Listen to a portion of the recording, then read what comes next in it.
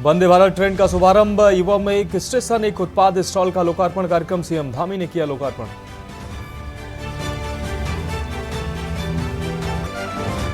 CM Dhami ने मुख्यमंत्री राज्य पशुधन मिशन के लाभार्थियों को सीएम ने दिए चेक। आपको बता दें, लाभार्थी सम्मान समारोह में किया प्रतिभाग। सीएम धामी ने सीएए को लेकर किया पोस्ट। पीएम के कुशल नेतृत्व में सीएए लागू करने का निर्णय अभिनंदनीय। इस ऐतिहासिक निर्णय के लिए पीएम गृह मंत्री का आभार व्यक्त करता हूं। उत्तराखंड में 22 आईएफएस के तबादले। डीएफओ देहरादून का ट्रांसफर हुआ। वन प्रशिक्षण अकादमी हल्द्वानी में तैनाती। लक्सर व आसपास के गांव को नहीं मिलेगी बिजली सप्लाई। आज 8 घंटे बिजली रहेगी गुल।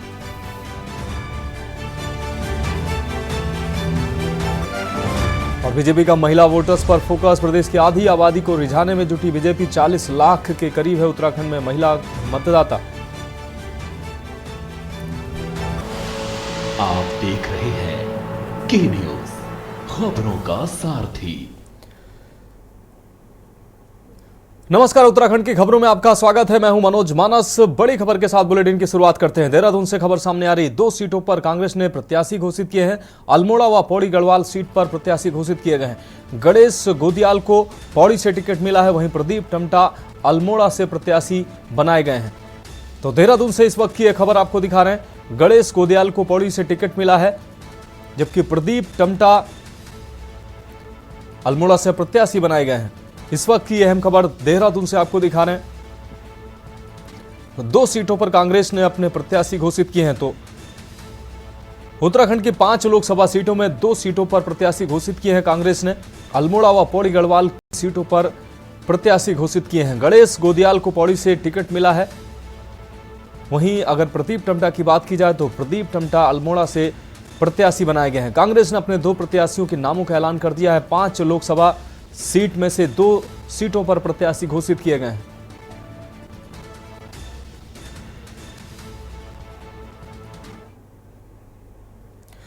अब रुक करेंगे अगली अहम खबर की। लोकसभा चुनाव से पहले मोदी सरकार ने बड़ा दांव चला है। सरकार ने नागरिकता संशोधन कानून को देश में लागू कर दिया है। नागरिकता संशोधन कानून यानी सीएए पाकिस्तान, बांग्लादेश और अफगानिस्तान के गैर मुस्लिम शरणार्थियों को भारत की नागरिकता प्रदान करेगा। मोदी सरकार की ओर से लागू किए गए सीएए को लेकर उत्तराखंड में सियासत गर्मा गई है। कांग्रेस ने सरकार की टाइमिंग पर सवाल खड़े किए हैं।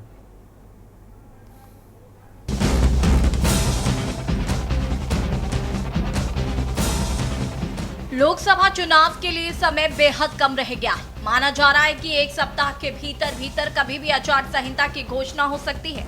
लेकिन इससे पहले मोदी सरकार ने अपना बड़ा दांव चला है। सरकार ने नागरिकता संशोधन कानून को देश में लागू कर दिया है। नागरिकता संशोधन कानून यानी कि सीए पाकिस्तान, बांग्लादेश और अफगानिस्तान के गैर मुस्लिम शरणार्थियों को भारत की नागरिकता प्रदान करेगा।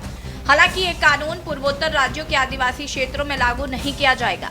वहीं मोदी सरकार के इस फैसले के बाद उत्तराखंड में भी जश्न का माहौल है। मुख्यमंत्री धामी ने प्रधानमंत्री नरेंद्र मोदी का आभार भी व्यक्त किया है।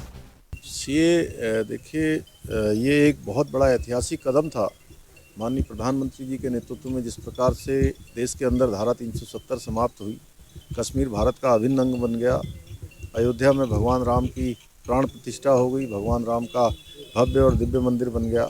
इसी प्रकार से बांग्लादेश में, अफगानिस्तान में, पाकिस्तान में रहने वाले जो हिंदू थे, फारसी थे, बौद्ध थे, जैन थे, उन सभी को, सिख थे, उन सभी को भारत की नागरिकता मिल जाएगी। ये उनकी सुविधा के लिए बनाया था। जो पीड़ित थे, जिनके साथ अत्याचार हुआ, अन्याय हुआ। आपको बता दें कि लोकसभा चुनाव से पहले उत्तराखंड में धामी सरकार ने यूसीसी को विधानसभा से पारित कराया और अब मार्च के महीने में मोदी सरकार ने सीए लागू करने का फैसला लिया है। इसको देखते हुए उत्तराखंड में पुलिस प्रशासन अलर्ट मोड पर है। इसके साथ ही राज्य में सीए और यूसीसी के मुद्दे पर सियासत शुरू हो गई है। कांग्रेस ने सरकार के इस फैसले पर सवाल खड़े करते हुए कहा कि असल मुद्दों से ध्यान भटकाने के लिए भाजपा धार्मिक ध्रुवीकरण के रथ में सवार होकर कभी यूसीसी और कभी सीए का दांव चल रही है। लेकिन जनता भाजपा की कार्यप्रणाली को समझ रही है। वही भाजपा का कहना है कि जनता से किए हुए वादों को ही सरकार ने पूरा किया है। इसके साथ ही उत्तराखंड में भाजपा ने यूसीसी और सीए को जन जन तक पहुँचाने की रणनीति तैयार की है।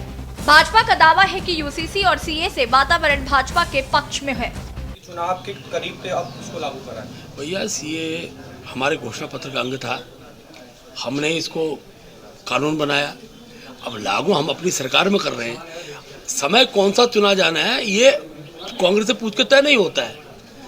ये ठीक है कि आज सीए के बाद जो माहौल बना है वो हमारे लिए बहुत पॉजिटिव है और बड़ी संख्या में ऐसे लोग जिन्होंने देश की आज़ादी का युद्ध सामूहिकता से लड़ा, बड़ी संख्या में उन देशों के अंदर है जहाँ उन पर अत्याचार अन्याय हो रहा है। तो हमने पहले ही कह दिया, बीजेपी के दिमाग में ना तो देश है, ना देश का विकास है, ना देश की अंदरूनी जो गंगा जमनी तहजीब है उसका क्षय होना उनकी नज़र में नहीं है। उनके दिमाग में केवल एक एजेंडा रहता है, चुनाव और सत्ता। वो इसको प्राप्त करने के लिए मुरलीधरन और जोशी और अडवाणी जी एसू को बाहर कर सकते हैं और अडानी को अंदर कर सकते हैं। और यूसीसी और ये दोनों हमने पहले शंका जता दी कि इसकी टाइमिंग को लेकर हमको शंका है। 2019 के इनके मैनिफेस्टो में है, लगातार इनके जो विचारक हैं वो इस बात को कहते थे सीएए को लेकर और यूसीसी को लेकर। सिटीजन अमेंडमेंट एक्ट लोगों को सदस्यता देने के लिए, देश की नागरिकता देने के लिए, वो लोग जो धर्म के नाम पर जो अल्पसंख्यक थे और पाकिस्तान के अंदर, अफगानिस्तान के अंदर और बांग्लादेश के अंदर जिनकी प्रताड़ना हुई और जो 2014 से पहले यहाँ रहते आ रहे हैं उससे पहले से, और वो लोग ये कहते हैं कि हम किसी कीमत पर भी मर जाएंगे लेकिन हम पाकिस्तान नहीं जाएंगे। उन लोगों के लिए हमने ये कहा कि उन लोगों के लिए उनको ये देश है, उनका देश है। हम कोई भी चीज़ फायदे के लिए नहीं करते हैं। दूसरी बात यह कि जो समाज में विभिन्न प्रकार की अलग अलग जाति वर्ग धर्मों में विकृतियां हैं, कुरीतियां हैं, उन सब गलतियों का, उन सब कुरीतियों का समाधान सही प्रकार से हो, समाज समरस हो, एक रस हो, एक कानून हो, उस आधार पर हमने यूसीसी लाने का जो निर्णय किया। और यह यूसीसी पुष्कर सिंह धामी जी की सरकार का यह पूरे देश भर के लिए एक उदाहरण बना है। हम उत्तराखंड में पूरे देश भर में हम पहले राज्य हैं जहां हम यूसीसी को लागू कर रहे हैं। कुल मिलाकर चुनाव से पहले यूसीसी के बाद सीए के मुद्दे पर सियासत गर्मा गई है। एक तरफ जहां भाजपा जनता से किए हुए वादों को पूरा करने का दावा कर रही है, तो दूसरी ओर कांग्रेस समेत तमाम विपक्षी दल सरकार के फैसले की टाइमिंग पर सवाल खड़े कर रहे हैं। देखना होगा लोकसभा चुनाव में इसका क्या कुछ असर देखने को मिलता है। Uttarakhand desk report. अब रुक करेंगे अगली खबर का। राजधानी दून से लखनऊ के लिए स्वदेशी ट्रेन वंदे भारत आज अपना पहला सफर तय करेगी। वर्चुअल माध्यम से प्रधानमंत्री मोदी ने इस ट्रेन को हरी झंडी दिखाकर रवाना किया है। वंदे भारत ट्रेन को ट्रेन यार्ड में फूलों से सजाया गया। राज्यपाल, मुख्यमंत्री, सांसद, विधायक और रेलवे के प्रमुख अधिकारी इस दौरान मौजूद रहे।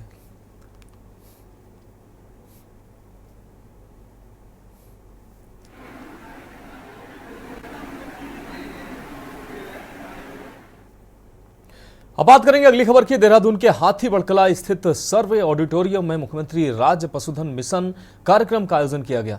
कार्यक्रम में मुख्यमंत्री बतौर मुख्य अतिथि शामिल हुए। कार्यक्रम में कृषि मंत्री गणेश जोशी, पशुपालक मंत्री सौरभ बहुगुणा भी शामिल हुए।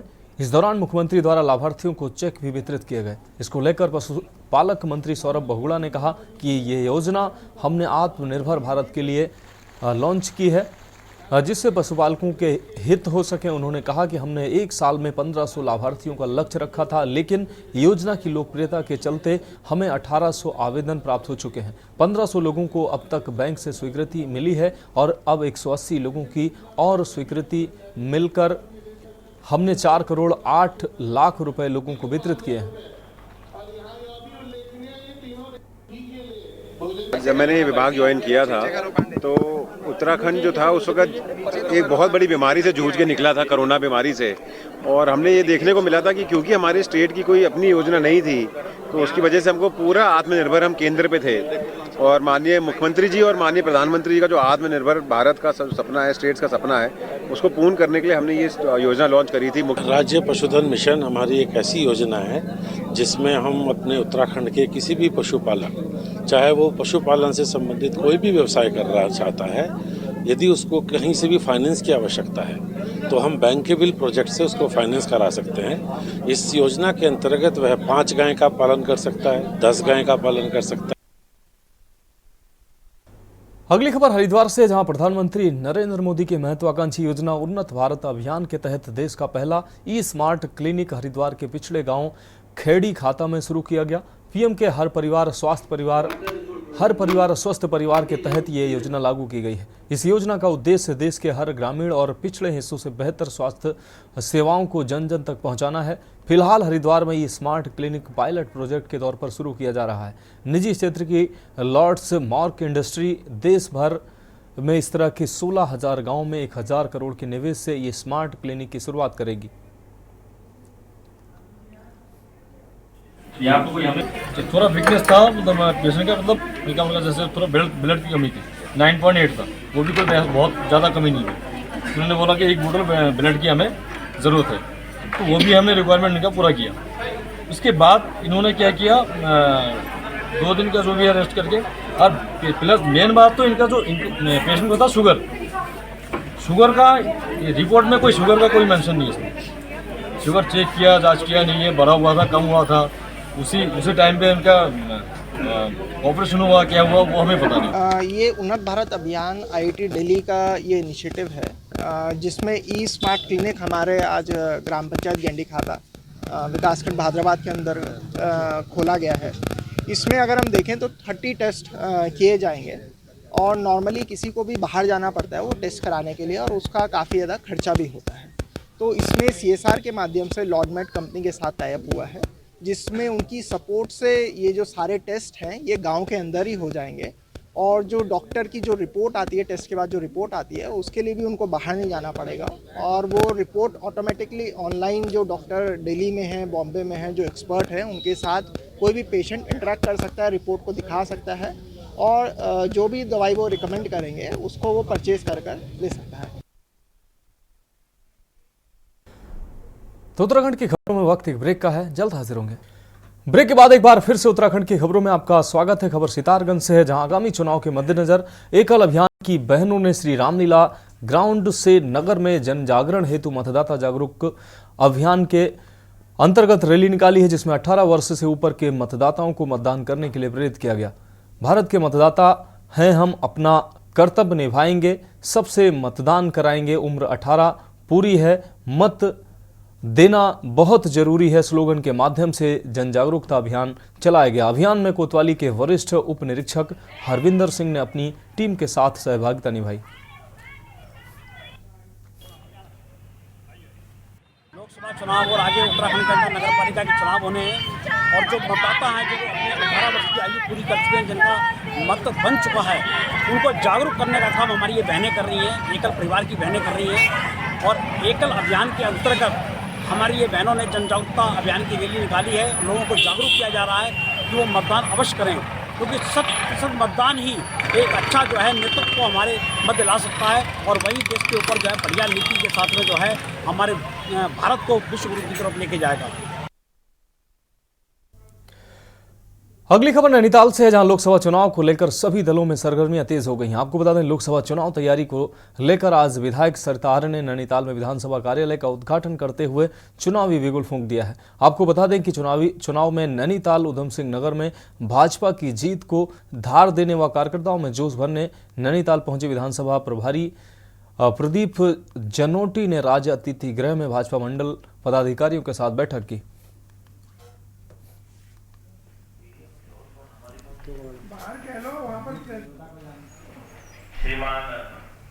देखिए, विपक्ष का तो अभी चेहरा ही सामने नहीं आया है।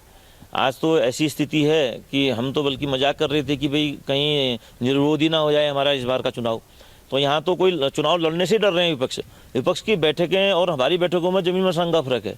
हम धरातल में बैठ के बैठक करते हैं और वो हवाई बैठक करते हैं। आज उनका कैंडिडेट ही घोषित नहीं हुआ तो बैठक कहाँ से करेंगे। हमारी तो योजनाएं पहुँच भी गई हैं, हमारा तो घर घर तक संपर्क हो भी गया है। हमारे दो दौर के संपर्क हो चुके हैं। अब बढ़ेंगे अगली खबर की ओर। अल्मोड़ा में आगामी लोकसभा चुनाव को लेकर अब अल्मोड़ा जिले की पुलिस एक्टिव मोड में नजर आ रही है। पुलिस कप्तान ने बताया कि चुनाव को लेकर पुलिस द्वारा पैरा मिलिट्री के साथ जनपद में पुलिस बैरियरों का सघन चेकिंग अभियान चलाया जा रहा है और जनपद के विभिन्न क्षेत्रों में फ्लैग मार्च निकाला गया है। साथ ही नशीले पदार्थों को लेकर लगातार कार्रवाई की जा रही है और अराजक तत्वों व गुंडा एलिमेंट को भी चिन्हित किया जा रहा है, जिसके लिए पुलिस की टीमों का गठन किया गया है।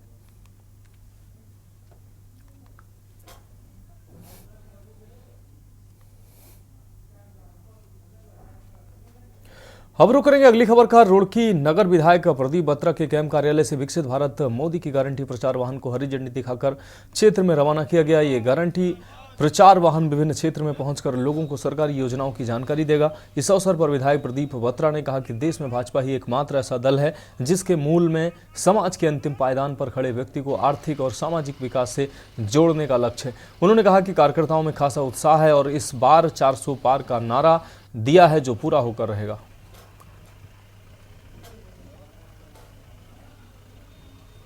सबसे पहले तो मैं आपका धन्यवाद दूंगा प्रिंस जी। ये जो हमारी वीडियो वैन निकल रही है इसमें सब अपना योजना बताई गई है, क्योंकि इस समय लोकसभा चुनाव हमारे सिर पर है और भारतीय जनता पार्टी का कार्यकर्ता हर समय चुनाव के लिए तैयार रहता है। उसी के निमित्त ये वीडियो वैन निकल रही है और ये है अपने लोकसभा क्षेत्र के हर क्षेत्र में जाएगी और कार्यकर्ताओं में बहुत उत्साह है, सभी बहुत उत्साहित है और इस बार हम 400 प्लस सीट लेकर जाने वाले हैं। क्या विषय है भाई? योजनाएं तो इतनी सारी मोदी जी ने लागू की है कि मैं अगर उंगलियों पर गिनवाना चाहूँ तो कम पड़ जाएंगी। तो उन्हीं का प्रचार प्रसार करने के लिए ये वैन रवाना हो रही है। आज भारत मोदी गारंटी की रथ यात्रा शुरू हो रही है और चुनाव बिल्कुल बच चुका है। 2024 का चुनाव आ रहा है और लोकसभा चुनाव में सभी पार्टी कार्यकर्ता तैयार है और मैं समझता हूँ कि जो नारा दिया गया 400 पार का वो पूरा होगा। हम लोग एक लक्ष्य की ओर बढ़ रहे हैं। बढ़ेंगे अगली खबर की ओर। पौड़ी जिले के विकासखंड जय हरिखाल के अंतर्गत रैतपुर देवडाली गुमखाल मोटरमार्ग पर रैतपुर के समीप मोटरमार्ग के ऊपर बन रही दूसरी सड़क का मलबा आने के कारण मार्ग पूर्ण रूप से बाधित हो गया। ग्राम कालोजल देवडाली निवासी सुशीला देवी की तबीयत खराब हुई, जिसके बाद परिजनों द्वारा उन्हें पैदल मार्ग से 3 किलोमीटर पैदल चलकर मुख्य मार्ग तक पहुंचाया गया। मरीज की नातिन संजना का कहना है कि मोटर मार्ग आए दिन मोटर मार्ग पर मलबा आने के कारण बंद हो जाता है। इसके संबंध में विभाग और ठेकेदार को अवगत कराया गया, लेकिन उन्हें कहा जाता है कि एक परिवार के लिए कब तक मलबा साफ करें। कमाम लाए रैतपुर का और पहले हम दादी को पकड़ के लाए हैं, पकड़ के, और जो वहाँ की रोड है रणकोट की उसका मलबा वहाँ आ रखा हमारी रोड पे। हम देवडाली के हैं, सतपुरी के बीच की रोड है, इसलिए हमें समस्या हो रही है जाने में। अब दादी की हालत इतनी ख़राब हो चुकी है कि हम लेके कहाँ जाए, ना हमारे रहने का ठिकाना है न कहीं। और शिकायत नहीं करी क्या PWD से? हमने कितनी बार शिकायत की, उन्होंने कोई वो की ही नहीं। कितनी बार बोला हमने, उन्होंने किया ही नहीं, कुछ नहीं। उन्होंने बोला एक परिवार है क्या करना, और वहाँ से आज वहाँ तक आती है मशीन, अब उससे आगे नहीं आती। कितने लोग हैं वहाँ पे गांव में? सब नीचे गांव में, हाँ, जहाँ तक सड़क जानी है, कितने लोग वहाँ पे 4-5। तो उत्तराखंड की खबरों में अभी के लिए मेरे साथ इतना ही। मुझे दीजिए इजाजत और आगे आप देखिए कि न्यूज इंडिया का खास कार्यक्रम मंथन हमारे प्रधान संपादक दुर्गेन चौहान जी के साथ।